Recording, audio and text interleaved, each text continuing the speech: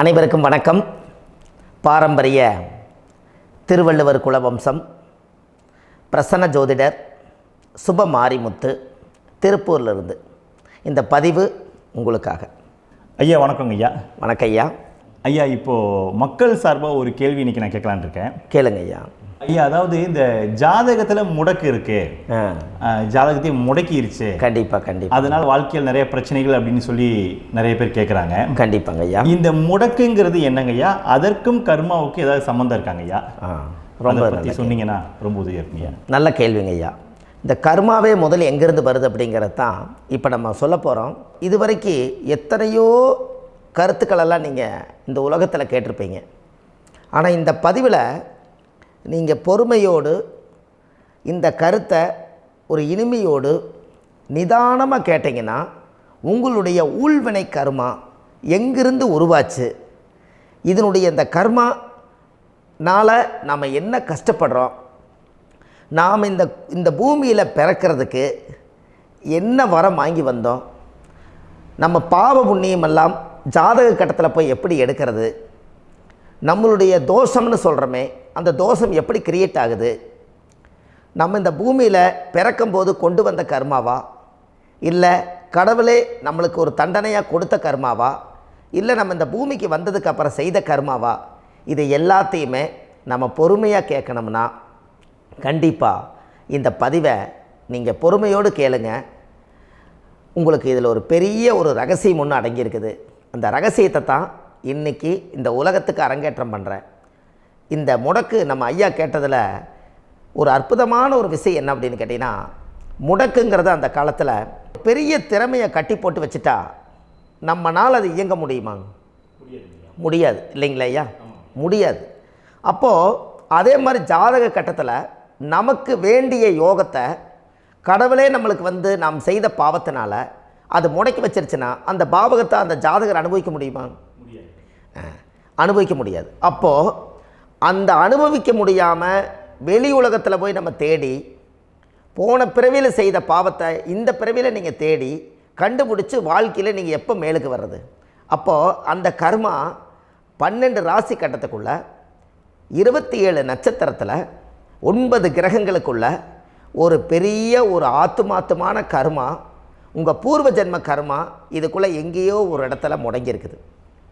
இந்த முடக்க மட்டும் உங்கள் ஜாதகத்தில் நீங்கள் கண்டுபிடிச்சிட்டிங்கன்னா ஹைலைட்டாக வாழ்கிறதுக்கு, இந்த உலகத்தில் சுதந்திரமான வாழ்க்கை வாழ்கிறதுக்கு ஒரு மிகப்பெரிய பொக்கிஷம் உங்கள் ஜாதகத்துக்குள்ளேயே இருக்குது. அப்போது அந்த ஜாதகத்துக்குள்ளே நாம் போன பிறவியில் நம்ம கர்மா நாம் என்ன செய்திருப்போன்னு உங்களுக்குள்ளே பெரிய குழப்பம் இருக்கும். என்னங்க ஐயா, நீங்கள் என்ன கர்மா பண்ணிட்டு வந்தீங்க, நாம் போன பிறவியில் நம்ம யாரை ஒரு வதச்சோம், யாரை நம்ம மனசை புண்படுத்தினோம், நம்ம தாத்தாவுக்கு சோறு போட்டோமா, நம்ம பாட்டனுக்கு சோறு போட்டோமா, நம்ம முப்பாட்டனுக்கு சோறு போட்டோமா, நம்ம கொள்ளுப்பாட்டனுக்கு சோறு போட்டோமா, அப்போ நம்ம அப்பாவுக்கு நம்மளை பெற்றவருக்கு நம்ம சாப்பாடு கொடுத்தோமா, இவங்களுக்கெல்லாம் நம்ம சேவை பணிமடைகள் செஞ்சோமா, நம்மளுடைய உறவுகளுக்கெல்லாம் அரவணைச்சு போனோமா, நம்மளுடைய இந்த மாதிரி நாம் இரத்த சம்பந்த உறவுகளை இருந்து தான் இந்த உலகத்துக்கு நம்ம வெளியில் வந்திருப்போம். அப்போது வெளியில் நீங்கள் நிற்கிறீங்க, அப்படியே மேலே போய் பார்த்தீங்கன்னா ஒரு 7 தலைமுறையில் ஒவ்வொருத்தரும் செய்த கர்மாவெல்லாம் நம்ம பிளட்டு ரிலேட்டிவாக இப்போ நீங்கள் கரண்ட்டில் இருக்கிறவங்க கிட்ட தான் டெபாசிட் பண்ணியிருக்கோம். அப்போ இது தெரியாமல் நாம் ஜாதகத்துக்குள்ளே போய் தசாபுத்தி நல்லா தனுங்க இருக்குது, நான் ரொம்ப கஷ்டப்படுறேன், என் ஜாதகத்தில் போய் பார்த்தேன் எல்லா கிரகங்களும் நல்ல வலிமையாக இருக்குன்னு தான் சொன்னாங்க, ஆனால் இன்னும் என்னுடைய கடன் அடையலை, இன்னும் என்னோடய கர்ம தீர்ந்த மாதிரியே தெரியல, எனக்குள்ளே ஒரு தாட்டு என்னமோ நான் ஒரு பின்தங்கின வாழ்க்கையிலே வாழ்ந்துட்டுருக்கேன் அப்படின்னு நீங்கள் சொல்லும்போது, அப்போ இதையெல்லாம் தாண்டி ஒரு கர்மா உங்களுடைய ராசி கட்டத்துக்குள்ளே எங்கேயோ ஒரு பக்கத்தில் ரகசியமாக புதைஞ்சிருக்கு. அப்போது அந்த ரகசியமாக புதைஞ்சிக்கக்கூடிய அந்த முடக்கு தான் இன்றைக்கி இந்த உலகத்துக்குள்ளே நீங்கள் தெரிஞ்சுக்கக்கூடிய விஷயம். அப்போ அந்த முடக்குங்கிறது ஒன்று உண்மை. இந்த உலகத்துக்கு நம்மளை எல்லாத்துலேயும் நல்லா யோசிச்சு பாருங்கள். 12 ராசி கட்டம் இருக்குதுங்களா ஐயா? ஆமாங்க ஐயா. ஆனால் கிரகம் எத்தனை இருக்குதுங்க? 9 தான் இருக்குங்க ஐயா. ஆமாம், 12 ராசிக்கு 12 கட்டத்துக்கு 12 கிரகம் கொடுத்துருக்கலாமல்ல கடவுள். அப்போ ஏன் 3 கட்டத்தை மட்டும் எம்டி பண்ணி மீதி 9 கிரகத்தை வச்சுக்கிறாருன்னா, அப்போ நாம் செய்த 3 தலைமுறை கர்மாவுக்கு அது எந்த கட்டம் பிளாக் ஆகுதோ அந்த கட்டத்துக்குள்ளே ஏதோ ஒரு ரகசியம் இருக்கிறனால தானே எங்கேயோ ஒரு பக்கத்தில் நீங்கள் கண்டிப்பாக கர்மாவில் மாட்டுவீங்கிறது கடவுளே படைச்சு தானே இதை உருவாக்கியிருக்காரு. 12 ராசிக்கு 12 கட்டம் கொடுத்துருந்தா எங்கே நீங்கள் சுற்றி வந்தாலும் ஏதோ ஒரு வீட்டுக்குள்ளே போய் உட்காந்துக்கலாம். ஆனால் ஒரு வீடு சுத்தமாக இருக்குது, ஒரு வீட்டில் 4 கிரகம் இருக்குது, ஒரு வீட்டில் 3 கிரகம் இருக்குது, ஒரு வீட்டில் 5 கிரகம் இருக்குது, ஒரு 3 வீடு 4 வீடு காலியாக இருக்குது. அப்போ எங்கேயோ ஒரு ராசி கட்டத்துக்குள்ளேயே கடவுளுடைய கர்மா விளையாட்டு, அது ரகசிய விளையாட்டு தான். அப்போது இந்த இடத்துல தான் உங்கள் ஜாதகத்தில் முடக்கு இருக்குது.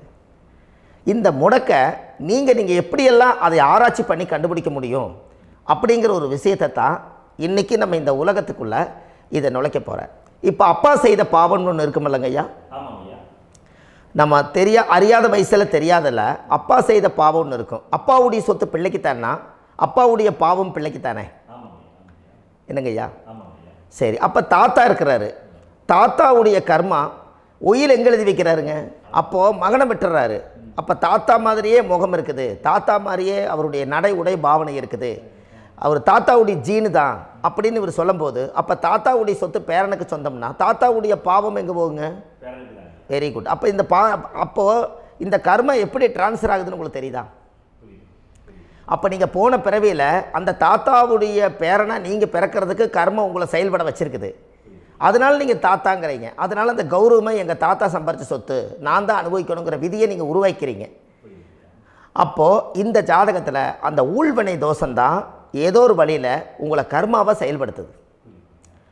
அதனால தான் இந்த ஜாதகத்தில் எந்த ஒரு முடக்கை எடுக்கிறதா இருந்தாலும் சூரியன் என்ற நட்சத்திரம் எதுவோ அந்த நட்சத்திரத்துக்கு எந்த வீடு முடக்காகுதோ அங்கே தான் உங்களுடைய கர்மா ஒளிஞ்சிருக்கும். இதுதான் உங்களுடைய பெரிய ஒரு பொக்கிஷமான ரகசியம். சரிங்க ஐயா, இப்போ இதில் நவகிரகங்கள் 9 இருக்கும்போது ஏன் சூரியனை மட்டும் நம்ம இதில் எடுத்துக்கணும்னு நீங்கள் சொல்கிறீங்க? நல்ல கேள்விங்க ஐயா. நீங்கள் கேட்டீங்க பார்த்தீங்களா, 9 நவகிரகம் இருக்கும்போது சூரியனை மட்டும், அந்த சூரியன் என்ற நட்சத்திரம் பிறக்கும்போது அந்த வீடு மட்டும் முடக்காகுன்னு நீங்கள் கேட்டீங்க இல்லையா? இதுதான் அற்புதமான கேள்வி. ஏன் அப்படின்னு கேட்டிங்கன்னா, சூரியன்னா அப்பாவோட உயிர் கரு போய் அம்மாவுடைய பனிக்கூடத்தில் கர்ப்பத்தில் வச்சு 10 மாதம் 300 நாள் சுமந்து நீங்கள் இந்த பூமிக்கு வெளியில் வரும்போது நீங்கள் என்ன பாவத்தை இவங்க விதைச்சாங்களோ அந்த கர்மாவை வாங்கிட்டு தான் நீங்கள் வெளியில் பிரசவமாகறீங்க. இதுதானே? அப்போ சூரியன் என்ற நட்சத்திரம், அந்த சூரியனுங்கிறது உயிர் கருவல்லவா, அப்பாவுடைய உயிரணுக்கள் அம்மாவுடைய கருவிக்குள்ளே போய் நாம் குழந்தை வடிவத்தில் இருந்து 300 நாள் பாவ உன்னித்த பதிவில் ஏட்டு எழுதி ஒரு ஜாதகத்தை கையில் கொடுத்து பிறந்த உடனே உங்களுக்கு ஒரு ஏட்டை பெரட்டி நீ இப்படித்தான் விதி, இனிமேல் இப்படித்தான் நீ வாழணும்னு சொல்லி உங்கள் கர்மாவை நீங்கள் கர்மாவோடு தானே வெளியில் பிறக்கிறீங்க. அப்போ சூரியன் என்ற நட்சத்திரம் தானே இந்த உலகத்துக்கு ஒரு பெரிய ஒரு மகத்துவம். இப்போ பாருங்கள், விடிய வரைக்கும் நம்ம முழிச்சிட்ருக்குறோம், காலையில் சூரிய உதயமானால் அவங்கவுங்க செயல்படுறோம். மீதி எல்லா கிரகங்களுக்குமே வெளிச்சத்தை கொடுக்கக்கூடிய சக்தி சூரியனுடைய பிம்ப ஒளிக்குத்தானே உண்டு, என்னங்க ஐயா? அதனால தான் மேசத்து உச்ச வீடுன்னு சொல்லி மேசத்தை உச்சம்னு சொல்லி சூரிய உச்சத்தை அங்கே தான் வச்சாங்க. அப்போது அந்த காலச்சக்கரத்துக்கு 5ஆம் இடம் பூர்வ புண்ணியஸ்தானத்தில் போய் சிம்மத்தில் கொண்டு போய் சூரியனை ஆட்சி வீடுன்னு வச்சாங்க. அப்போது சூரியனில் இருந்து தான் அந்த மையப்புள்ளி உருவாகுது. அப்போ உங்களுடைய ஜாதகத்தில் அந்த சூரியனாகப்பட்டவர் பிறக்கும்போது நீங்கள் உங்கள் ஜாதகத்தை நீங்கள் எடுத்துக்கங்க ஐயா. நீங்கள் இன்றைக்கே போய் கதவை திறந்து உங்கள் பெட்டியை திறந்து பீர்வாவுக்குள்ளே உங்களுடைய ஜாதகம் இருக்குது, அந்த ஜாதகத்தை எடுத்து ஜோதிடர்கிட்டையே நீங்கள் சந்தேகம் கேட்குறக்கு முன்பு நீங்களே உங்களுடைய கர்ம பற்றி தெரிஞ்சுக்கிறதுக்கு இந்த பதிவில் உங்களுக்கு ஒரு ரகசியத்தை சொல்லித்தரேன். உங்கள் ஜாதகத்தில் இப்போ இது வரைக்கும் ராசி கட்டத்தை நீங்கள் பார்த்துருப்பீங்க, ஆனால் பாதசாரம்னு ஒன்று இருக்கும் இல்லைங்களா? ராசிக்கு பாதசாரம்னு ஒன்று இருக்கும். சூரியன் என்ன நட்சத்திரத்தில் இருக்குது, சந்திரன் என்ன நட்சத்திரத்தில் இருக்குது, செவ்வாய் என்ன நட்சத்திரத்தில் இருக்குது, புதன் என்ன நட்சத்திர காலில் நிற்குது, இதெல்லாமே அந்த சாரம் இல்லாத ஜோதிடம் சோரம் போய்விடும். அதனால் அந்த சாரத்தில் நிற்கிது பார்த்தீங்களா கிரகம், அதில் இப்போ நீங்கள் உங்களுடைய ராசி கட்டத்தை ஓப்பன் பண்ணுங்கள். இதில் ராசி கட்டத்தில் சூரியன் என்ற நட்சத்திரம்னு ஒன்று இருக்கும் இல்லைங்களா? அது எதுவாக வேணாலும் இருந்துட்டு போட்டோம். அந்த நட்சத்திரம் தான் நீங்கள் பிறக்கும்போது தாயுடைய கருவறைக்குள்ள கரு உருவான நட்சத்திரமே அதுதான். புரிஞ்சுங்களா ஐயா? பிறக்கும்போது நீங்கள் அந்த கருவுடைய நட்சத்திரம் அப்பா வந்து கருவை உருவாக்கி கர்மாவை விதைச்சது அந்த சூரியன் என்ற நட்சத்திரம் தான். அந்த வீட்டுக்கு தான் இந்த ராசி கட்டத்தில் உங்களுக்கு முடக்கு உருவாகுது. புரிஞ்சுங்களா ஐயா? அப்போது ஒரு ஜாதகத்தில் சூரியன் என்ற நட்சத்திரம் எதுவோ அதுதான் உங்களுடைய கர்மா நட்சத்திரம். இப்போ நம்ம பிறக்காதுக்கு முன்னாடி அப்பா கட்டத்தில் அந்த கர்மா டெபாசிட் ஆகிருக்கும். அதை ட்ரான்ஸ்ஃபர் எப்படி பண்ணுறாரு? அவருக்கு ஒரு கல்யாணம் வச்சு அவர் குடும்ப வாழ்க்கையில் வாழ்ந்து நம்மளோட உயிர் கருவை கொண்டு போய் ஊராம் பொண்ணை கல்யாணம் பண்ணி பொண்டாட்டின்னு எடுத்துக்கொண்டு அந்த பொண்டாட்டிங்கிற உரிமையாகி இவருடைய உயிர் கரு உருவாகி வாரிசுகள் வெளியில் வருது. அதானங்க ஐயா? அப்போது அந்த சூரியன் என்ற நட்சத்திரம் தான் இந்த உலகத்தில் ஒரு பிரம்மாண்டமான நட்சத்திரம். இந்த நட்சத்திரம் உங்கள் மனசுக்குள்ளே ஏதாவது இருந்துச்சுன்னா உங்கள் வீட்டில் ஏதாவது ஒரு நல்ல விஷயங்கள் நீங்கள் பண்ணுறதா இருந்தால் அந்த கர்மா நட்சத்திரம் சூரியனுடைய நட்சத்திரம் இருக்குது பார்த்தீங்களா, அந்த நட்சத்திரத்தில் எந்த ஒரு சேவைகளும் செய்யக்கூடாது. அதுதான் கர்மா. அதை போய் நீங்கள் ஆக்டிவேட் பண்ணி விட்டீங்கன்னா அது முன்னோர்களை வந்து நீங்கள் வந்து தொந்தரவு பண்ண மாதிரி. அந்த கர்ம நட்சத்திரம் தான் உங்கள் வாழ்க்கையில் அது புதஞ்சிருக்கிறதா. இப்போ குழந்தை பிறந்தாலோ சீர் சீமந்தங்கள் நீங்கள் செய்கிறதாலோ கல்யாணம் முக்கிறதுனாலோ உங்கள் ஜென்ம நட்சத்திரத்தன்னைக்கு கல்யாணம் பண்ண வேண்டாம்னு சொல்லிக்கிறாங்கல்லங்க. உங்களுக்கு ஜென்ம நட்சத்திரத்துக்கு முன்னாடி உங்களை உருவாக்குன நட்சத்திரம் தான் ஜென்ம நட்சத்திரம். அப்போ சூரியன் என்ற நட்சத்திரம் அப்பாவுடைய ஜென்ம நட்சத்திரமாக அந்த ஊழ்வினை கர்மம் செயல்படுது. அப்போ அந்த முடக்கு யார் வழியில் வந்தது? முன்னோர்கள் வழியில் வந்தது. முன்னோர்கள் கட்டி வச்சது யாரைய? குலதெய்வத்தை. அப்போ அந்த குலதெய்வத்தை போய் சாமிக்கு போய் வீடு வாசல்லாம் வலித்து குலதெய்வத்தை போய் தேங்காய் பழம் பூ மாலை கல்கண்டு வாங்கி அர்ச்சனை பண்ணி ஒரு அன்னதானம் ஒன்று பண்ணிவிட்டு சாமிக்கு பொங்கல் வச்சு நைவேத்தியம் பண்ணிவிட்டு உங்கள் ஜாதகத்தை வச்சு பூஜை பண்ணிவிட்டு வாங்க. அதுக்கப்புறம் தான் உங்கள் கர்மாவை கண்டுபிடிக்கிறதுக்கு வழியே பிறக்கும். குலதெய்வத்தை வணங்காமல் கோவிந்தா கோவிந்தா என்று பல தெய்வத்தை வணங்கினாலும் பலனொன்றும் இல்லைன்னு அந்த காலத்தில் முன்னோர்கள் சொல்லி வச்சுக்கிறாங்களா இல்லைங்களா? அதனால் கண்டிப்பாக அதை கண்டுபிடிச்சி நீங்கள் அதுக்கு ஒரு நைவேத்தியம் பண்ணால் மட்டும்தான் முதல்ல உங்கள் 5ஆம் பாவம் முன்னோர்கள் அது வேலை செய்யும். குலதெய்வ ஆலயத்துக்கு போயிட்டு வாங்க. போயிட்டு வந்துட்டு இந்த கர்மவினை தோஷத்தை நிவர்த்தி பண்ணுறதுக்குண்டான சரியான பரிகாரத்தை நம்ம எடுப்போம். அப்போது உண்மையாலுமே ஒரு ராசி கட்டத்துக்குள்ளே இந்த மாதிரி ஒரு அந்த கர்ம தோஷம் இருப்பதனால இந்த கர்மா தோஷத்துக்கு அந்த முடக்க தோஷங்கிறத நீங்கள் எடுத்து அதை கண்டுபிடிச்சி அந்த சூரியன் என்ற நட்சத்திரம் எந்த ராசி கட்டத்தில் போய் முடக்காயிருக்குதோ அந்த முடக்கு எந்த பாவகம் வந்து நம்மளுக்கு லாக் ஆகிருக்குதோ அந்த பாவகத்துக்கு உண்டான பரிகாரங்கள் அதுக்குரிய ஸ்தலங்கள் அந்த கோவில்களில் போய் சுவாமிக்கு தேங்காய் பழம் பூமாலை கல்கண்டு வாங்கி அர்ச்சனை பண்ணி நீங்கள் அந்த கோவிலுக்குள்ளே போய் உட்காந்து சாமி கும்பிட்டு வந்தீங்கன்னா உங்களுடைய ஜாதகத்தில் இருக்கக்கூடிய அந்த முடக்கு தோசை நீங்கி வாழ்க்கையில் நீங்கள் எதை சாதிக்க வந்தீங்களோ அந்த சாதனையை நீங்கள் சாதிச்சிட்ருப்பீங்க. புரிஞ்சுங்களா ஐயா? ஏன் அப்படின்னா அந்த முடக்கு நட்சத்திரத்துக்குள்ளே தான் ஒரு தோஷம் இருக்குது. இப்போ அந்த காலத்தில் பாருங்கள் ஐயா, முன்னோர்கள் எல்லாம் நிறைய பேர் கோவில் கட்டி வச்சுட்டு போயிருக்காங்களா இல்லைங்களா? இந்த கோவில் எதுக்காக கட்டி வச்சுக்கிறாங்கன்னா அவங்க கட்டினவங்களுக்கும் அந்த முடக்கு தோஷம் இருந்திருக்குது. ராஜாக்கள் இருந்திருக்குது, மன்னர்கள் காலத்தில் இருந்திருக்குது, ஜமீன்தார் காலத்தில் இருந்திருக்குது. இப்போ அவங்களுடைய அமைப்புகள் எல்லாமே முன்னோர்கள் என்னமோ அறியாமல் தெரியாத தன்னடக்கம் இல்லாத ஒரு கர்மாவை இவங்க செஞ்சிட்டாலும் அதுக்குரிய பரிகார ஸ்தலங்களை கொண்டு போய் அந்த காலத்திலே ஜாதகம் பார்த்து நம்ம வந்து முன்னோர்களுடைய பாவத்தை நாம் செய்த பாவத்தையும் தீர்த்துட்டு நமக்கு கீழே அடுத்த சந்ததிகள் அடுத்த தலைமுறைகள் வந்தாலும் இந்த கோவில்களுக்கு வந்து விளக்கு போட்டு சாமி கும்பிட்டு இந்த மண்ணை மிதிச்சுட்டு போனால் அன்னையோடு அந்த கர்மா தீருங்கிறது அந்த காலத்திலேயே முடக்க தோஷ பரிகாரத்தை கோவில் வழியில் அந்த காலத்தை திசை திருப்பி வச்சுருக்காங்க. அப்போ நீங்கள் கோவிலுக்கு போகாமல் கண்டிப்பாக இந்த பரிகாரத்தை நீங்கள் உடைக்க முடியாது.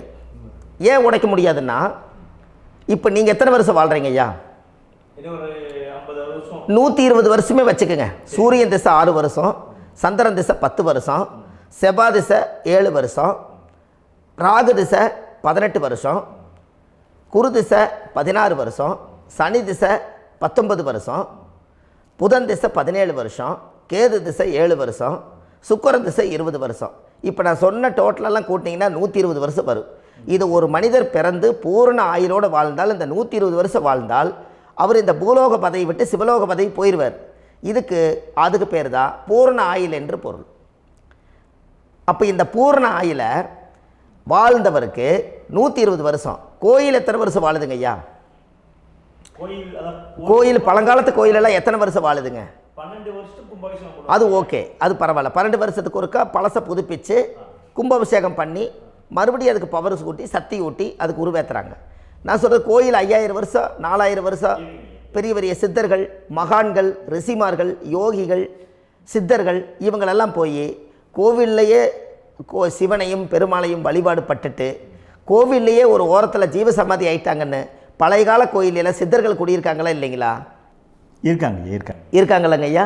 அப்போது நாம் 120 வருஷம் வாழ்கிறோம், கோவில் 5000 வருஷம் வாழுது. எங்கே சக்தி அதிகமாக இருக்குன்னு சொல்லுங்க? கோவிலில் தாங்க ஐயா. கோயில் தான், அதில் ஒன்றும் மாற்றம் இல்லைங்களே. கோயில் தாங்க. அப்போ கோவிலில் தான் அந்த சக்தி இருக்குதுன்னு நீங்கள் சொல்கிறீங்க. அப்போ உங்களுடைய கர்மாவை உடைக்கிறதுக்கு 120 வருஷம் பெருசா 5000 வருஷம் பெருசான்னு சொல்லுங்கள்? 5000 தாங்க. அப்போ 5000 வருஷம் உள்ள அலைகள் வந்து எத்தனை அந்த சிவனுக்கு இப்போ சிவன் கோயிலே உங்களுக்கு முடக்கு தோஷத்துக்கு ஒரு கோயில் வருதுன்னு வச்சுக்கோங்க. அந்த கோவிலில் எத்தனை முடக்குகளுக்கு உண்டான கோவில்கள், எத்தனை பழங்களை ஊற்றி சாமிக்கு அபிஷேகம் பண்ணியிருப்பாங்க, எத்தனை பால் கூட ஊற்றிருப்பாங்க, பன்னீர், தேன், இளநீ, மஞ்சள் நீர், திருமஞ்சனம், அபிஷேகம், பொங்கல், நைவேத்தியம் இத்தனையும் செஞ்சு அந்த சிவனை வந்து சிவனாக பார்த்து அந்த கருவறைக்குள்ள ஒரு கிராணங்கள் வரும்போதும் கூட பாதுகாப்பு பண்ணி வச்சு நல்ல சக்தியோடு அந்த கருவறையை புத்தியோடு அவங்க வேலை செஞ்சு அந்த காலத்தில் வச்சுருக்காங்களா இல்லைங்களா? அப்போது நம்ம வீட்டை அவ்வளோ சுத்தமாக வச்சுருக்க முடியுமா? என்னதான் வாஸ்து இருந்தாலும் முடியாது இல்லைங்களா? அப்போது அவ்வளவு ஒரு பவர்ஃபுல்லான கோவில் அந்த முடக்கு தோஷத்துக்குள்ளே ரகசியமாக அந்த கோயில் அடங்கியிருக்குது. உங்கள் ஜாதகத்துக்குள்ளே உண்மையாலுமே ஊழ்வினை கோயில், கர்மவினை கோயில் அதுக்குள்ளே இருக்குது. அந்த ஜாதகத்தை கணிச்சு பார்த்தா கரெக்டாக உங்களுடைய ஜாதகத்தில் அப்பாவுடைய கருவறையிலேருந்து உயிர் உருவாகிற நேரத்தில் இருந்து இப்போ வரைக்கும் நீங்கள் கரண்ட்டில் வாழ வரைக்கும் அந்த கர்ம கூட வர்றதை ஒரே ஒரு இடத்துல போனால் மட்டும்தான் விட்டுட்டு வர முடியும். அது எந்த வீடு அப்படின்னு கேட்டால் உங்களுக்கு வந்து அப்பாவுடைய கர்மா வழியில் போய் அந்த கோவில் பழையகால கோயில், பழையகால தெய்வங்கள், அந்த கோவில் தான் உங்கள் ஜாதகத்துக்குள்ள ரகசியமாக இருக்கும். அது ஏன் இந்த பதிவில் உங்களால் சொல்ல முடியாது அப்படின்னா, இந்த பதிவில் ஏன் உங்க சொல்ல முடியாதுன்னா உங்கள் ஜாதகம் தெரியாமல் என்ன கோயிலை நீங்கள் சொல்லுவீங்க? இப்போ பொதுவாக ஒரு நட்சத்திரத்துக்கு ஏதோ ஒரு கோவிலை அவங்க சொல்லி நீங்கள் போயிட்டு வர்றீங்கன்னு வச்சுக்கோங்க. ஆனால் அது வேலை செய்யலைன்னா நம்மளுக்கு என்னங்க இவ்வளோ கஷ்டப்பட்டு போய் அதை பலனடையிலேன்னு கேள்வி கேட்டக்கூடாது. உங்கள் ஜாதகத்தை நீங்கள் கொண்டாங்க, உங்கள் டேட் ஆஃப் பர்த் டயத்தை போட்டு ஜாதகத்தை கணிச்சு நீங்கள் சூரியன் என்ற நட்சத்திரத்துக்கு உங்களுடைய கர்மவினை கோவில் யார், உங்களுடைய முடக்கு யார், ஊழ்வனை தோஷத்துக்கு உண்டானவர் யார், தாய் வழி கர்மா யார், தந்தை வழி கர்மா எது, நீங்கள் பிறக்கும்போது வந்த கர்மா என்ன, இது எல்லாம் கணிக்காமல் பொதுவாக ஒரு கோயிலில் போய் நீங்கள் பாட்டுக்கு சாமி கும்பிட்டு வந்தால் பலன் எப்படி கிடைக்கும்? கண்டிப்பாக கிடைக்காதுங்க ஐயா. என்னங்க ஐயா? அது தெரிஞ்சு பண்ணாதான் சரியா? ஒரு டாக்டர்கிட்ட போகிறீங்க, என்னை அப்படியே ஸ்கேன் பண்ணி ஒரே ஒரு மாத்திரை கொடுங்கன்னு கேட்டால் டாக்டர் கொடுப்பாருங்களா? அவர் என்ன பிரச்சனை இருக்குதோ அதை முதல்ல கண்டுபிடிச்சி ஸ்கேன் பண்ணி பார்த்து ரிப்போர்ட் எடுத்து அது மூலியமாக தான் கொஞ்சம் எடுத்து ஐயா உங்களுக்கு இந்த பிரச்சனை, இதுக்கு தீர்வுக்கு இதுக்குண்டான மெடிசன், இது இப்படித்தான் சாப்பிடணும்னு அது முறையாக சொல்லி அந்த உயிர் வாழ வைக்கிறாரு டாக்டர். அவர் ஒரு தெய்வ வடிவத்தில். கரெக்டுங்களா ஐயா? அப்போ உங்களோட கர்மா எங்கே செயல்படுது அப்படின்னா இந்த முடக்க நீங்கள் இந்த பதிவில் தெரிஞ்சுக்கங்க. அதுக்குரிய நட்சத்திரம் என்னன்னு தெரிஞ்சு வச்சுங்க. உங்கள் ஜாதகத்தில் சூரியன் என்ற நட்சத்திரத்தை எடுத்துக்கங்க. அந்த வீட்டுக்கு முடக்க இந்த பதிவில் எந்த வீடு லாக் ஆகிருக்குதுங்கிறத நான் உங்களுக்கு இந்த வீட்டில் சொல்கிறேன். அந்த வீட்டு நீங்கள் பாருங்கள், உங்களுடைய லக்கணத்துக்கு அது எந்த வீடு. இப்போ லக்கணத்துக்கு ஒரு 7வது வீடுன்னே வச்சுக்கோங்க. அப்போ லக்கணத்துக்கு 7வது வீடே முடக்கு. அப்படி ஒரு முடக்கு ஆகிப்போச்சுன்னா ஒரு ஜாதகத்தில் லக்கணம் தான் 1, 7ஆம் இடம்ங்கிறது மனைவி ஸ்தானம். ஒரு ஆணுடைய ஜாதகத்துக்கு 7ஆம் இடம் தான் மனைவி. அவருக்கு நல்ல மனைவி அமையாமல் ஆடம்பரம் இருந்தும் வீடு அரண்மனை மாதிரி இருந்தும் அந்த மனைவியை ஒரு சந்தோஷமாக அவர் அனுபவிக்க முடியாது. புரிஞ்சுங்களா ஐயா? சந்தோஷமாக அனுபவிக்க முடியாது. ஏன் அப்படி? 7ஆம் இடத்துல தான் அவரோட கர்மா உட்கார்ந்துருக்குது. கரெக்டாக சொன்னீங்க. 7ஆம் இடத்துல தான் அந்த கர்மா உட்கார்ந்துருக்குது. அப்போ அந்த 7ஆம் இடத்துல இருக்கக்கூடிய அந்த கர்மா போன பிறவியில் நீ மனைவிக்கு சோறு போடாமல் மனைவியை கட்டி வச்சு அடிக்கிறதும், மனைவியை துன்புறுத்துறதும், அந்த மனைவி இருக்கவே இன்னொரு வாழ்க்கைக்குள்ளே போகிறதும், இங்கே வாழ வேண்டிய தாம்பத்திய சந்தோஷத்தை கொண்டு போய் இன்னொரு இடத்துல கொடுக்கறதும், தெரிஞ்சிருந்தே நம்மளுடைய மனசுக்குள்ளே திருடுத்தனமாக வாழ்கிறதும், இது எல்லா கர்மாவும் போன பிறவியில் நாம் செய்த ஊழ்வினை கர்மா தான் உங்கள் ஜாதகத்தில் 7ஆம் இடம் முடக்கு. அப்போ அந்த 7ஆம் இடம் முடக்கா இருந்துச்சுன்னா கண்டிப்பாக உங்கள் ஜாதகத்தில் நீங்கள் என்ன அனுபவிச்சிட முடியும்? நல்ல நண்பர்கள் கிடைக்க மாட்டாங்க, நல்ல ஒரு பார்ட்னர்ஷிப் அமையாது, நல்ல ஒரு நட்பு வட்டங்களில் எதையும் அனுபவிக்க விடாது, ஒரு அங்கீகாரமான உறவுகளில் போய் நம்ம ஸ்ட்ராங்காக நிற்க முடியாது. 7ஆம் இடம் என்பது தாம்பத்திய வாழ்க்கை, பூர்த்தி இல்லாத வாழ்க்கையாக இருக்கும். இப்படியெல்லாம் அந்த ஜாதகத்தில் ஒரு பொதுவாக ஒரு ஜாதகத்தில் 7ஆம் பாவம் முடக்காயிட்டால் இந்த கர்மாவை அவர் அனுபவிச்சுக்கிட்டே இருப்பார். இது எப்போத்தான் அதுக்கு ஒரு தீர்வு வேணுங்கய்யா? அந்த கோயில் எதுன்னு நீங்கள் கரெக்டாக சொன்னீங்க. இப்போ இது மனிதனால் செயல்படுது. மனிதர்கள் தான் கோயிலை கட்டி வச்சாங்க.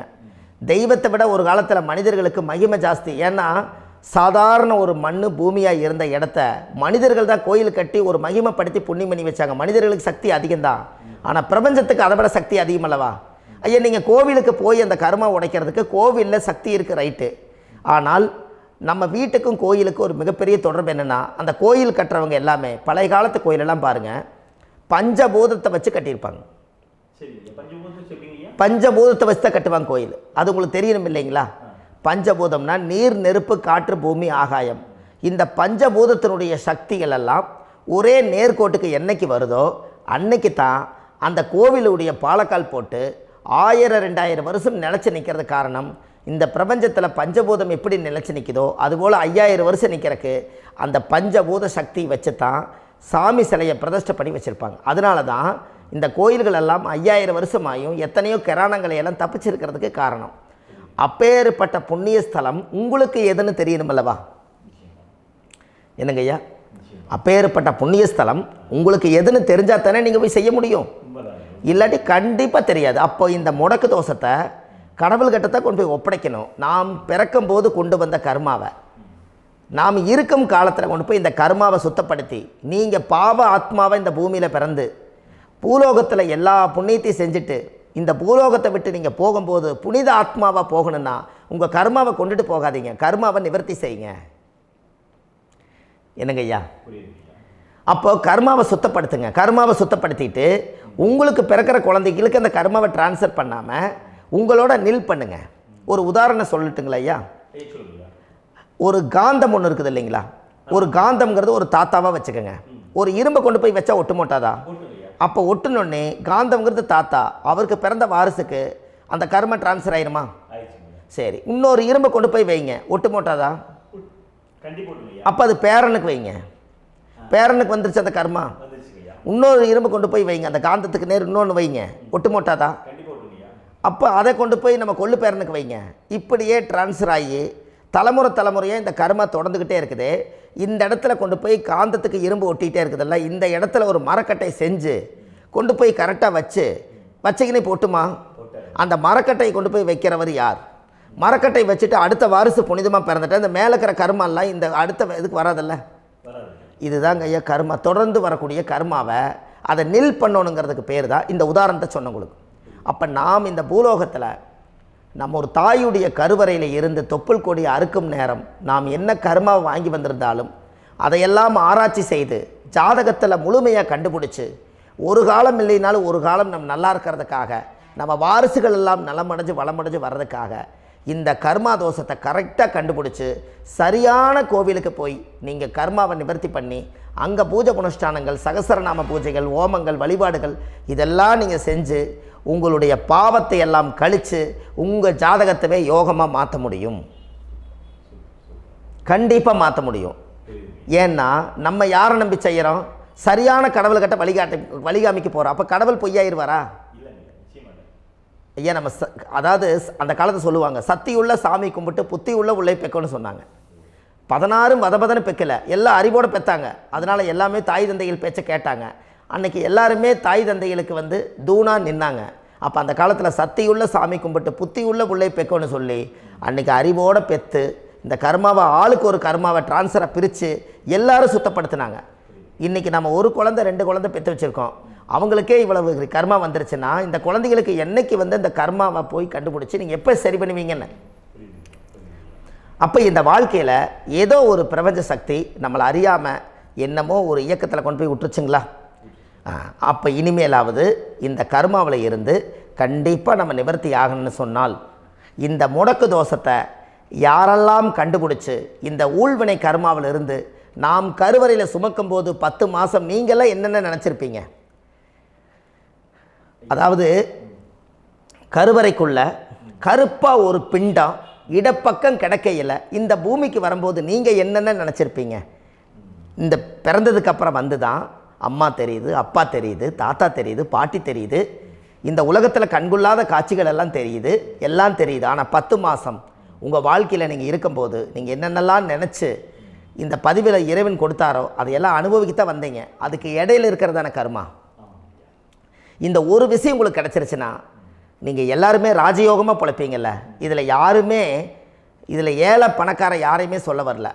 அவங்க பிறக்கும்போது புண்ணியத்தை பொறுத்து தான் போன ஜென்மத்தில் நம்ம என்ன புண்ணியங்கள் பண்ணி வச்சோமோ அந்த புண்ணியத்தில் இன்றைக்கி நல்லா வாழ்கிறாங்க. ஒருத்தர் கேட்டார், என் ஜாதகத்தில்ங்க எங்கூட படித்தவர் இடம் வாங்கிட்டார், வீடு வாசல் கட்டிட்டார், தொழில் பண்ணிட்டார், நல்லா இருக்கார், ஆனால் நான் இன்னும் அப்படியே தான் இருக்கிறேங்கன்னு ஒருத்தர் கேட்டார். அதுக்கு ஒரு கருத்து என்னென்னா, டேட் ஆஃப் பர்த் ஒன்று தான், டைம் ஒன்று தானே வச்சுக்கோங்க. அவங்க அப்பா செஞ்ச புண்ணியம் வேறு, நீங்கள் செஞ்ச பாவங்கள் வேறு. அவர் செஞ்ச புண்ணியத்தினால அவருக்கு எல்லாமே முன்னாடி கிடைக்கிது. நீ கர்மாவெல்லாம் கழிச்சிட்டீங்கன்னா பின்னாடி கிடைக்க போகுது. இதில் மற்றவங்களை பற்றி வேற்றுமையாக நினைக்கிறதுல எந்த ஒரு இதுவுமே இல்லை. அப்போ ஒருத்தர் பார்த்து ஒருத்தர் வாழ வேண்டாம். உங்களுடைய சுய அறிவை வச்சு இந்த பூலோகத்தில் இந்த பூமியில் நீங்கள் 4 தெரிஞ்சு நல்ல விதமாக கற்றுக்கிட்டு இந்த உலகத்தில் சிறப்பாக வாழ கற்றுக்குங்க. அதுக்கு அந்த ஊழ்வினை தோஷத்தை கண்டுபிடிங்க. உங்களுக்குன்னு ஒரு முடக்கு இருக்குதுங்கிறத இன்றைக்கி நீங்கள் எழுதி வைங்க. அதை எப்படியாவது கண்டுபிடிங்க, அதை தேடுங்க. ஒரு முறை நீங்கள் ஜாதகத்தை கொண்டு வாங்க. அந்த ஜாதகத்தை கொண்டு வந்து உங்கள் பாவகத்தில் எத்தனாம் பாவம் முடக்காயிருக்குதுன்னு பாருங்கள். அந்த பாவகம் முடக்காயிருச்சுன்னா உங்கள் வாழ்க்கையில் அதிலிருந்து உங்களால் வெளியில் வரவே முடியாது, கண்டிப்பாக வர முடியாது. அதை நீங்கள் கண்டுபிடிச்சா மட்டும்தான் நீங்கள் மேலே வர முடியும். ஏன்னா நிறைய பரிகாரங்கள், பூஜைகள், யாகங்கள், ஓமங்கள் எல்லாம் செய்து வச்சும் கூட அந்த கர்மவினைக்கு உண்டான கோவிலுக்கு போய் அந்த 5000 வருஷ பழமை வாய்ந்த தெய்வத்துக்கிட்ட போய் நீங்கள் முறையிட்டு விளக்கு போட்டு உங்கள் கர்மத்தை எல்லாம் நான் நீ தான் தீர்த்து கொடுக்கணும்னு சொல்லி நம்பிக்கையோடு நீங்கள் போய் அந்த சரணாகதி அடையிறீங்க பாருங்கள், அங்கே தான் உங்கள் கர்மாவை எடுத்து விடுறாரு. அப்போ இந்த ரகசியம் உங்களுக்கு வேணுமல்லவா? அப்போ உங்கள் ஜாதகத்தில் எங்கே முடங்கி அதுக்குரிய கோவில்கள் எல்லாம் என்ன, அதுக்கு தான பரிகாரம் என்ன, அதுக்கு நீர் பரிகாரம் என்ன, யாத்திரை பரிகாரங்கள் என்ன, நீங்கள் வீட்டில் இருந்தே செயல்படுத்தக்கூடிய பரிகாரங்கள் என்ன, பரிகாரம் கோவிலுக்கு போய்த்தான் நடக்குமா, இல்லை நாம் வீட்டில் வச்சு வணங்குறதுனால நடக்குமா, நாம் செய்யக்கூடிய தர்ம பரிகாரங்கள் என்ன, தான பரிகாரங்கள் என்ன, இப்படி பல விதமாக இருக்கிறனால உங்கள் ஜாதகத்துக்கு எந்த மாதிரி பரிகாரம் கனெக்ட் ஆகுதுங்கிறது தெரியணும். இது தெரியாமல் கண்டிப்பாக உங்களால் செயல்படுத்துறது ரொம்ப கஷ்டம். இதனால் இதை நீங்கள் தெரிஞ்சுக்கணும்னா இப்போ நம்ம பாருங்கள், நீங்கள் அந்த தெரிஞ்சுக்கிட்டாலே உங்கள் வாழ்க்கையில் ஒரு டைம் தான் நீங்கள் தெரிஞ்சுக்க போகிறீங்க. உங்களுடைய கர்மா என்ன, நீங்கள் எங்கே செயல்பட்டு போயிட்டுருக்கிறீங்க, உங்கள் போகிற பாதை சரியா இல்லை அந்த பாதையில் முள்ளு கல் இருக்குதா, இது எல்லாம் உங்களுக்கு தெரியலனா இந்த முடக்கை கண்டுபிடிக்கக்கூடிய சக்தி வாய்ந்த இந்த கர்மாவை நிவர்த்தி பண்ணுறதுக்கு வழிகள் இருக்குது. அதனால் நீங்கள் கண்டிப்பாக இந்த முடக்கை தெரிஞ்சுக்கணும். இந்த முடக்கு ராசினா என்ன உண்மையாலுமே உங்கள் வாழ்க்கையில் நீங்கள் தெரிஞ்சு இனிமேல் உங்கள் வாழ்க்கையில் இதுவரையிலும் கர்மாவுக்குள்ளேயே கஷ்டப்பட்டீங்க, வழி தெரியாமல் கண்ணை கட்டி காட்டில் விட்ட மாதிரி இருந்தீங்க. இனி அப்படி இருக்க வேண்டாம். உங்கள் ஜாதகத்தில் 12 ராசி கட்டத்தில் 9 கிரகம் போகும், மீனி 3 கிரகம், 3 கட்டம் உங்களுக்கு எங்கேயோ ஒரு பக்கத்தில் 3 கட்டம் எம்டியாக தான் இருக்கும். கரெக்டுங்களா? அது இல்லாமல் ஒரு ஜாதகம் பிறக்காது. ஏன்னா 9 கிரகத்துக்கு 9 கணக்கு போட்டால் 3 கட்டம் எம்டியாக தான் நிற்குது. அந்த கட்டத்துக்குள்ளே எந்த நட்சத்திரத்தில், எந்த சாரத்தில், எத்தனாவது டிகிரியில், எத்தனாவது பாதசாரத்தில், எத்தனை வெகுளையில், எத்தனை செகண்டுக்குள்ளே இந்த கர்மா உள்ளே புகுந்து உங்களை செயல்படுத்துதுங்கிறத கண்டிப்பாக உங்கள் ஜாதகத்தை கொடுங்க. பார்த்து இந்த விஷயத்தை சொல்கிறேன், நீங்கள் அந்த இடத்துக்கு போய் நிவர்த்தி பண்ணிவிட்டு உங்கள் வாழ்க்கையில் கொஞ்சம் காலம் வாழ போகிறீங்க. பாருங்கள், பிறந்ததுலேருந்து 20 வருஷத்துக்குள்ளே இளமையாக வாழ்கிறீங்க, குழந்தையாக வாழ்கிறீங்க. 20லேருந்து 40 வயசுக்குள்ளே தான் உங்களுக்கு ஒரு பொண்ணை பார்த்து கல்யாணம் பண்ணி ஒரு கரு உருவாக்குறீங்க. அதுக்கப்புறம் 40லேருந்து 60க்குள்ளே குழந்தை பெற்று கடமை முடிச்சிடுறீங்க. 60 வயசுக்கு மேலே ரிட்டையர்ட் ஆகிடுறீங்க. இந்த 20க்கும் 60க்கும் இல்லாத 20லேருந்து இந்த 40 வயசுக்குள்ளே உங்களோட தேடல் என்னவோ அது வாழ வேண்டிய சுகபோகமான வாழ்க்கை எல்லாமே அந்த 40க்குள்ளே தான் இருக்குது. இந்த 40க்குள்ளே இருக்கக்கூடிய வாழ்க்கையை இந்த கர்மா தெரியாமல் காலத்தை வீணாக்க வேண்டாம். வாழ வேண்டிய வயசில் நீங்கள் வாழணும். அதுக்குரிய கர்மாவை நீங்கள் சுத்தப்படுத்துங்க. எப்படியெல்லாம் நீங்கள் சந்தோஷமாக வாழ்கிறீங்கன்னு எனக்கு ஒரு தகவல் கொடுங்க. வேறு லெவலில் நீங்கள் இருப்பீங்க. கண்டிப்பாக இந்த பதிவில் உங்களுக்கு நான் இந்த விஷயத்தை கொடுக்க போகிறேன். இந்த முடக்கு நட்சத்திரங்கள் என்ன அப்படிங்கிறத இந்த பதிவில் நீங்கள் ஒரு நோட் ஒன்று எடுத்துக்கோங்க, குறித்து வச்சுக்கோங்க. இதில் இருந்து அவங்கவுங்களுக்கு முடக்கு நட்சத்திரம் என்னங்கிறத இந்த பதிவில் நான் உங்களுக்கு கொடுக்குறேன். இந்த வீடு தான் அது முடக்குங்கிறத சொல்கிறேன். இதையெல்லாம் நீங்கள் தெரிஞ்சு உங்கள் ஜாதகத்தவே நீங்கள் முடக்கு எடுத்து கண்டிப்பாக உங்கள் வாழ்க்கையில் நீங்கள் நல்லா இருப்பீங்க. அதுக்கு ஒரு நோட் எடுத்து வச்சுக்கோங்க. இது வரைக்கும் கர்மாவை பற்றி நம்ம பேசினோம். உங்கள் ஜாதகத்தில் சூரியன் என்ற நட்சத்திரத்துக்கு தான் முடக்குன்னு சொன்னீங்களே, எந்த வீடுங்கிற ரகசியத்தை இன்றைக்கி நம்ம எல்லோரும் தெரிஞ்சுக்கலாமா? இத்தனை காலமாக நீங்கள் தெரிஞ்சுக்காத ஒரு ரகசியத்தை இன்றைக்கி உங்கள் ஜாதக கட்டத்தில் நீங்களே முடக்க கண்டுபிடிச்சி அதுக்குண்டான பலனை தேட போகிறீங்க. அந்த தேடல் தான் உங்களை கொண்டு போய் உட்கார வைக்க போகுது. ஒரு உதாரணம், உங்கள் ஜாதகத்தில் பாதசாரம் இருக்குது அல்லவா? அந்த பாதசாரத்தில் சூரியன் என்ற நட்சத்திரம், சூரியன் நின்ற நட்சத்திரம் பாதசாரத்தில் கரெக்டாக எடுங்க. சூரியன் என்ற நட்சத்திரம் திருவோண நட்சத்திரமாக இருந்தால் இந்த திருவோண நட்சத்திரம் விருச்சிக ராசி வீடு தான் முடக்கு ராசி வரும். இந்த முடக்கு ராசினால் உங்கள் வாழ்க்கையில் நிறைய குழப்பங்கள் ஏற்படும். மனசு ஒரு நிலையில் நிற்காது. அதே போல் குடும்பத்துக்குள்ளே என்ன பண்ணுறதுனே தெரியாது. நம்ம எந்த பாதையில் போயிட்டு இருக்கிறன்னு நம்மளுக்கு தெரியாது. அண்ணன் தம்பி உறவுகள் எல்லாம் நிலைக்குமா நிலைக்காதா? அக்கா தங்கச்சிகள்லாம் நம்மளுக்கு நிலைப்பாங்களா நிலைக்க மாட்டாங்களா? நம்மளுடைய அத்தை வர்க்கங்கள் மாமா வர்க்கமெல்லாம் ஒரு காலத்தில் நிறைய ஒன்று சேர்ந்து பாண்டவர் பூமி மாதிரி வாழ்ந்த வாழ்க்கை இன்றைக்கி எல்லாமே பட்டு போச்சேன்னு நினச்சி கவலையில் இருப்பீங்க. அப்போ இதுக்கு எல்லாமே காசு வந்த வேலையிலே பாசம் வந்து கூடலையே, பாசம் வந்த வேலையிலே காசு வந்து சேரலையேங்கிற மாதிரி ஒரு காலத்தில் காசு இல்லாத காலத்தில் பாசம் இருந்தது. இன்றைக்கி அது எங்கே போச்சுன்னே தெரியாமல் நீங்கள் ஏங்கிட்டு இருப்பீங்க. கண்டிப்பாக இதுக்கெல்லாம் ஒரு முடிவு கிடைக்கிறதுக்கு தான் உங்களுக்கு முடக்கு ராசி உங்களோட கர்மா தோஷத்தை கண்டிப்பாக நிவர்த்தி பண்ணி கொடுக்கும். கண்டிப்பாக ஜாதகத்தை கொடுங்க, பார்த்து சொல்கிறேன். திருவோண நட்சத்திரத்தை பற்றி இது வரைக்கும் நீங்கள் பார்த்துட்டு இருந்தீங்க. திருவோண நட்சத்திரத்துக்கு அடுத்தது அவிட்ட நட்சத்திரத்தை பற்றி அடுத்த பதிவில் நம்ம பார்க்க போகிறோம். நம்ம ஆன்லைன்லேயே ஜாதகம் பார்க்குறோம். உங்கள் date of birth time place கொடுத்தீங்கன்னா போதும், உங்களுக்கு ஜாதகத்தை கணிச்சு ஃபோன்லேயே உங்களுக்கு கர்ம ராசி கண்டுபிடிச்சி உங்களுக்கு உண்டான கர்ம பரிகாரத்தை சொல்லி உங்கள் வாழ்க்கையில் ஒரு வெளிச்சத்துக்கு கொண்டு வர்றதுக்கு என்றைக்கும் உங்களுக்கு உறுதுணையாக இருப்பேன். நீங்கள் கண்டிப்பாக இந்த பதிவுகள் எல்லாம் இது உங்களுக்காகத்தான். இது அதிகாலை நேரத்தில் பிரம்ம முகூர்த்தத்தில் இந்த பதிவை உங்களுக்கு முழுமையாக சமர்ப்பணம் பண்ணுறேன். இதை கற்று இதை வழி நடத்தி இதைய எப்படியெல்லாம் இந்த முடக்கை கண்டுபிடிச்சி இப்படியெல்லாம் பேச வச்சு அழகு பார்க்க நம்ம முன்னோர்களுடைய ஆசீர்வாதமும் இந்த முடக்கை கண்டுபிடிச்ச குருமார்களும் அவங்களுடைய குடும்ப பாரம்பரிய வம்சாவளிகளும் எல்லாருமே நல்லா இருக்கணும். அதுக்காக இந்த நேரத்தில் நான் வந்து அடியேன் சுப மாரிமுத்தாக இருந்து திருப்பூர்லேருந்து இந்த பதிவை உங்களுக்கு நான் கொடுக்குறேன். கண்டிப்பாக இந்த முடக்கு கோயிலுக்கு இந்த முடக்கு தோஷத்துக்கு உண்மையான பரிகாரங்கள், எளிமையான பரிகாரங்கள் நீங்களே வாழ்க்கையில் செஞ்சு ஆதிகால பரிகாரங்கள் உங்கள் மனசுக்குள்ளே இருக்குது. அதை செயல்படுத்தினா மட்டும் போதும், வாழ்க்கை எங்கேயோ போயிடும். கண்டிப்பாக ஒரு முறை உங்கள் ஜாதகத்தை அனுப்பி வைங்க, உங்களுக்கு நான் பார்த்து பலன் சொல்கிறேன். இன்றைக்கி நான் கொடுத்த பதிவுகள் எல்லாம் உங்களுக்கு ரொம்ப பயனுள்ளதாக இருந்திருக்கும். உங்களுக்கு இது வரைக்கும் எத்தனையோ கர்ம வினைகளை பற்றி தெரியாமல் இருந்திருப்பீங்க. இந்த பதிவில் நிறைய கேட்டு தெரிஞ்சுக்கிட்டீங்க. இதெல்லாம் வாழ்க்கையில் ரொம்ப முக்கியமான பரிகாரங்கள், எளிமையான பரிகாரங்கள். நேராக நீங்கள் கடவுளைத்தான் கெட்டியாக பிடிக்க போகிறீங்க. அந்த பரிகாரங்கள் எல்லாம் செஞ்சு அதிகாரமாக வாழ்ந்து இந்த பூலோகத்தில் நல்ல சிறப்பாக வாழ்கிறதுக்கு இந்த பரிகாரம் உங்களுக்கு ரொம்ப யூஸ்ஃபுல்லாக இருக்கும். கண்டிப்பாக இந்த பதிவை செய்யுங்க. நம்ம பாரம்பரிய திருவள்ளுவர் குல வம்சம் பிரசன்ன ஜோதிடர் சுப மாரிமுத்து, திருப்பூரில் இருக்கேன். 30 ஆண்டு காலமாக நம்ம ஜோதிடம் பார்த்து கொண்டு இருக்கிறோம். இவ்வளவு காலமாக எத்தனையோ ஆயிரக்கணக்கான மக்களுக்கு நம்ம ஜோதிடம் பார்த்து வழிகாட்டி நிறைய மக்களுக்கு நிறைய சேவைகள் செஞ்சுருக்கேன். நிறைய கோயில் கட்டி வச்சுருக்கேன், கும்பாபிஷேகங்கள் பண்ணி வச்சுருக்கேன், அன்னதானங்கள் நிறையா பண்ணி வச்சுருக்கேன், புண்ணிய யாத்திரைகள் நிறைய போய் வந்திருக்கேன். மக்களுக்காகவே நான் உங்களுக்கு உழைக்க தயாராக இருக்கேன். இந்த ஜோதிடம் வந்து என்னுடைய ஒரு பாரம்பரியமாக என்னுடைய அப்பா தாத்தா முன்னோர்கள் இதெல்லாம் எங்களுடைய குலத்தொழில் இது. அதனால் நாங்கள் பாரம்பரியமாக திருவள்ளுவர் குல வம்சம். வள்ளுவர் வாக்குன்னு யூடியூப் சேனலில் போனீங்கன்னா 1000 பரிகாரங்கள் கொடுத்துருக்கேன். அதுவும் உங்களுக்கு ரொம்ப யூஸ்ஃபுல்லாக இருக்கும். வள்ளுவர் வாக்கு அப்படின்னு போடுங்க, அப்படி இல்லைன்னா சுப மாரிமுத்துன்னு போடுங்க. இதில் பரிகாரங்கள் நிறையா கொடுத்துருப்பேன். கண்டிப்பாக இதெல்லாம் நீங்கள் சந்தித்து நீங்கள் ஒரு சப்ஸ்கிரைப் பண்ணி வச்சுக்கோங்க. நான் போடக்கூடிய பதிவுகள் எல்லாமே உங்களுக்கு நோட்டிஃபிகேஷனை வந்துடும். அதனால் நீங்கள் ஒரு சப்ஸ்கிரைப் பண்ணி வச்சுக்கோங்க. தினமும் ஒரு தகவல் உங்களுக்கு கொடுத்துக்கிட்டே இருக்கேன். இதெல்லாமே உங்களுக்கு ஒரு பெரிய சந்தோஷமான நிகழ்ச்சிகள். என்றைக்கும் உங்களோட நான் வாழ்கிறேன். உங்களுடைய குடும்பத்தில் நான் ஒருத்தராக இருந்து குடும்ப ஜோதிடராக நான் இருப்பேன்.